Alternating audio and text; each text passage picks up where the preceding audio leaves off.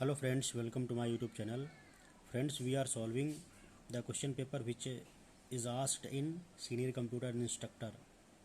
Okay तो राजस्थान में senior computer instructor का जो क्वेश्चन पेपर था उसमें प्रीवियसली 2 वीडियोस में मैं क्वेश्चन आपको सॉल्व करके एक्सप्लेन कर चुका हूँ।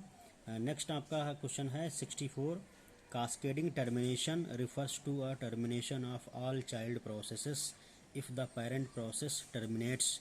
तो इसमें ऑप्शन आपका दे रखा है ए नॉर्मली और एबनॉर्मली, बी आपका दे रखा है एबनॉर्मली और सी ऑप्शन आपका है नॉर्मली एंड डी है none of the mentioned. Okay तो इसमें आपका 64 में जो आंसर है वो है करेक्ट बी एबनॉर्मली। ओके तो कास्केडिंग टर्मिनेशन की डिफिनीशन ही यही होती है कि cascading termination refers to a termination of all child processes if the parent process terminates.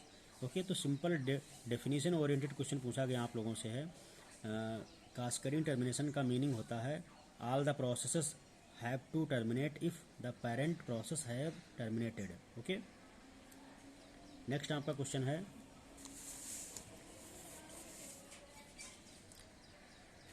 Binary coded decimal BCD number express each digit in a. तो BCD आपका binary coded decimal होता है, उसमें हर डिजिट को 4 बिट में denote करते हैं और यहाँ 4 बिट एक निबल के बराबर होता है। ठीक है तो ऑप्शन आपका दे रखा है A bit, B byte, C nibble and D none all of the above. तो इसमें करेक्ट आंसर आपका सी ऑप्शन है निबल। ओके तो एक निबल में 4 बिट्स होती हैं। ओके नेक्स्ट आपका क्वेश्चन है which of the following format specifiers can be used to read floating type values in C programming. तो सी प्रोग्रामिंग लैंग्वेज में फ्लोटिंग टाइप की वैल्यू को रीड करने के लिए कौन सा फॉर्मेट यूज होता है। तो हम सभी जानते हैं परसेंट एफ तो यूज होता ही है और परसेंट ई भी फ्लोटिंग पॉइंट में यूज होता है और परसेंट जी भी होता है। तो इसका मतलब all of the correct answer ये आपका डी करेक्ट होगा। ठीक है नेक्स्ट फ्रेंड क्वेश्चन आपका है 67। काफ़ी इजी क्वेश्चन है, डायरेक्ट डेफिनेशन ओरिएंटेड है। The use of technology to enhance learning process is called in dash dash dash आपका इसमें एजुकेशन। ओके तो एजुकेशन में टेक्नोलॉजी का यूज़ करते हैं तो इस चीज़ को क्या बोलते हैं। तो ये आपका आईसीटी कहलाता है, इसको बोलते हैं इंफॉर्मेशन एंड कम्युनिकेशन टेक्नोलॉजी। तो ये आपका बी ऑप्शन करेक्ट है आईसीटी। ओके तो the process of technology to enhance learning process is called ICT in education. Okay तो ऑप्शन बी आपका करेक्ट है। नेक्स्ट आपका क्वेश्चन है register is a group of. तो रजिस्टर किन चीज़ों का ग्रुप है। तो आपको पता होगा कि स्टोरेज की सबसे छोटी इकाई होती है फ्लिप फ्लॉप और कई सारे फ्लिप फ्लॉप मिलके एक रजिस्टर बनाते हैं। ठीक है तो यहाँ पे आपका ऑप्शन दे रखा है ए फ्लिप फ्लॉप, बी है और गेट, सी है एंड गेट और डी है नन ऑफ दीज। तो करेक्ट आंसर आपका क्या होगा flip flop, option A correct होगा। ठीक है काफ़ी इजी क्वेश्चन है, जिन लोगों को सब्जेक्ट का नॉलेज होगा वो आराम से ही क्वेश्चन कर ले जाएंगे। ठीक है बस सब्जेक्ट का कहीं ना कहीं उन्होंने पढ़ रखा हो, डेफिनेशन ओरिएंटेड क्वेश्चन है मोस्टली। ओके नेक्स्ट आपका क्वेश्चन है the word which describes the importance of software design is. तो पहला ऑप्शन है कॉम्प्लेक्सिटी, दूसरा है क्वालिटी, सी है इफ़िशियंसी एंड डी है एक्यूरेसी। तो जो सॉफ्टवेयर डिज़ाइन की जो इम्पोर्टेंस है वो है एक्यूरेसी। ओके सॉफ्टवेयर आपने अगर किसी आउटपुट के लिए आपने जो भी बना रखा है तो वो हमेशा हर परिस्थिति में उसी प्रकार से काम करता रहेगा। ठीक है ये इसकी इम्पोर्टेंस होती है। नेक्स्ट आपका क्वेश्चन है 70। Which is the port number of HTTP। Hyper text transfer protocol का मीनिंग होता है HTTP। ठीक है HTTP की full form hyper text transfer protocol है और इसका पोर्ट नंबर 80 होता है। आपका ऑप्शन नंबर ए करेक्ट है। ओके सिंपल बस आपको थिंग्स पता है सब्जेक्ट के रिलेटेड, सब्जेक्ट का आपकी कवरेज है तो आप डेफिनेटली सारे क्वेश्चन कर ले जाओगे। ज़्यादा डेप्थ में भी नहीं गया हुआ है पेपर, बस सिंपल आपकी क्वेश्चन पेपर की मेन मोटिव है कि स्टूडेंट को सब्जेक्ट की पकड़ होनी चाहिए, सब्जेक्ट को पढ़ रखा हो, सब्जेक्ट के बारे में चैप्टर्स की नॉलेज होनी चाहिए। ओके बहुत गेट और एनटीए नेट की तरह क्वेश्चन नहीं है बस, और आपको बेसिकली टीजीटी या पीजीटी के लेवल का है, जैसे आपका एनवीएस और केवीएस में क्वेश्चन पूछे जाते हैं, बस उसी प्रकार से बनाया गया है। ओके, नेक्स्ट आपका क्वेश्चन 71 है, एआरपी स्टैंड्स फॉर। तो एआरपी का मतलब होता है address resolution protocol. Option C आपका करेक्ट है। ओके, नेक्स्ट आपका क्वेश्चन है 72, secure hash algorithm 1 SHA hash a message digest of. तो ये आपका पहला ऑप्शन है 160 बिट्स, बी ऑप्शन है 512 बिट्स, सी ऑप्शन है 628 बिट्स और डी है 820 बिट्स। तो इसमें आपका जो करेक्ट आंसर है वो है option B 512 bits. Okay, networking से क्वेश्चन पूछा गया है, IPv4 address have a size of. तो IPv4 आपका IP का एक टाइप है। जो आपका IP इंटरनेट प्रोटोकॉल होता है वो दो प्रकार का होता है, IPv4 एंड IPv6। तो IPv4 address have a size of, इसमें आपका ऑप्शन ए है 32 बिट, ऑप्शन बी है 64 बिट, ऑप्शन बी है 64 बिट, ऑप्शन सी है 128 बिट और ऑप्शन डी है 256 बिट। ओके, तो आपका जो IPv4 address have a size of, ये आपका 32 बिट का होता है।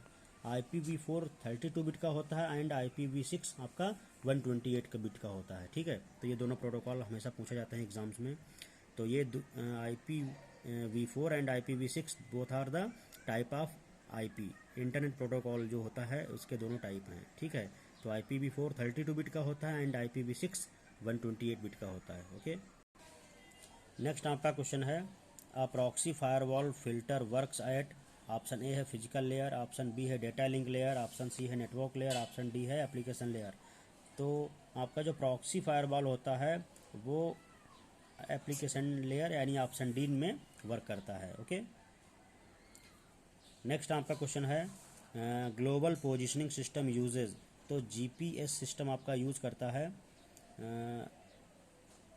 TDM में। आपका डी ऑप्शन है, ऑप्शन ए है CDM में, ऑप्शन बी है SDM में और ऑप्शन आपका सी है FDM में।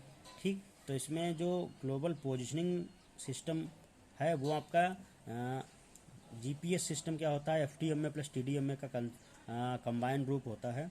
तो यहाँ पे आपका SDM में space divisional multiplexing, space division multiplexing या स्पेस डिविजनल मल्टीपल एक्सेस कह सकते हैं। तो SDM में का कंसेप्ट यूज करता है GPS। Okay, and GPS work on the principle of FDM में एंड TDM में। ओके, और इसी प्रकार से आपका होता है जो CDM में होता है वो कोड डिविजनल मल्टीपल एक्सेस होता है, वो एक स्पेसिफिक लैंग्वेज पे वर्क करता है। ओके, नेक्स्ट आपका क्वेश्चन है, software quality assurance SQA encompasses. Okay, तो इसमें ऑप्शन आपका 1A दे रखा है वेरिफिकेशन, बी ऑप्शन है वैलिडेशन और ऑप्शन सी है both A and B and option D है नन ऑफ द अबव। तो आपका जो करेक्ट आंसर है वो है option C, validation and verification both are used. Okay, next friend आपका क्वेश्चन है 78, which feature of object oriented programming languages oops boost the code reusability. तो पहला ऑप्शन आपका है इनकैप्सुलेशन। इनकैप्सुलेशन का मीन्स होता है methods and functions are enclosed in single logical unit. Polymorphism B option है, इसका मीनिंग होता है one function can work as a many types.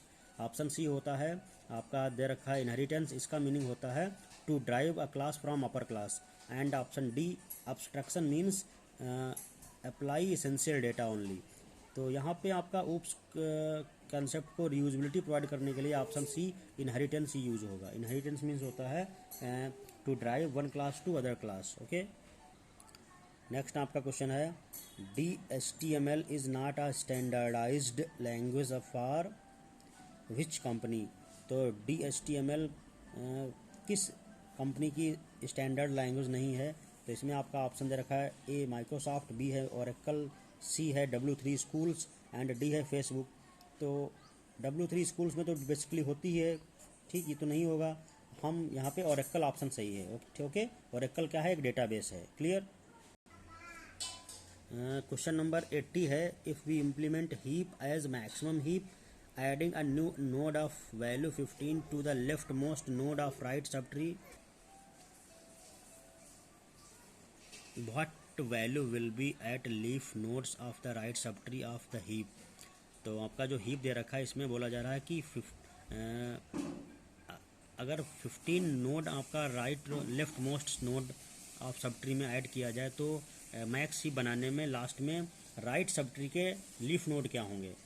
तो देखिए मैक्स हीपीफाई में जब हम यहाँ पे 15 जोड़ेंगे, इधर राइट सब ट्री के लेफ्ट में जोड़ेंगे 15, तो आपका ये 15 यहाँ पे जुड़ जाएगा और आपके जो राइट सब ट्री के लीफ नोड होंगे वो 15,1 होंगे। ठीक है, तो option A will be correct answer. Okay, simple max heap का कंसेप्ट था। ठीक है, इसको आप सॉल्व करोगे तो इजीली आ जाएगा। फ्रेंड्स, नेक्स्ट आपका क्वेश्चन है which method is used for both error detection and error correction method in computer networking.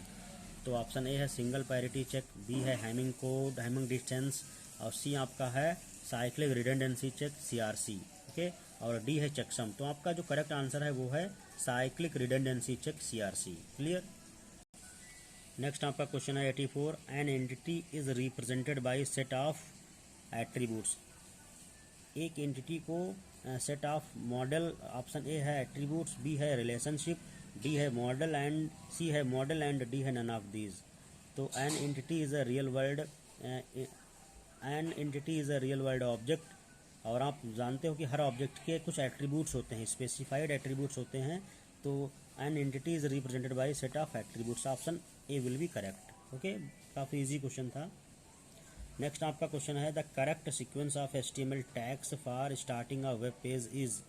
तो करेक्ट सीक्वेंस क्या होता है, यहाँ पे देखिए हेड HTML सबसे पहले, फिर हेड, फिर टाइटल, फिर body, option D will be correct. Okay, next आपका क्वेश्चन है which of the following document contain the user system requirement.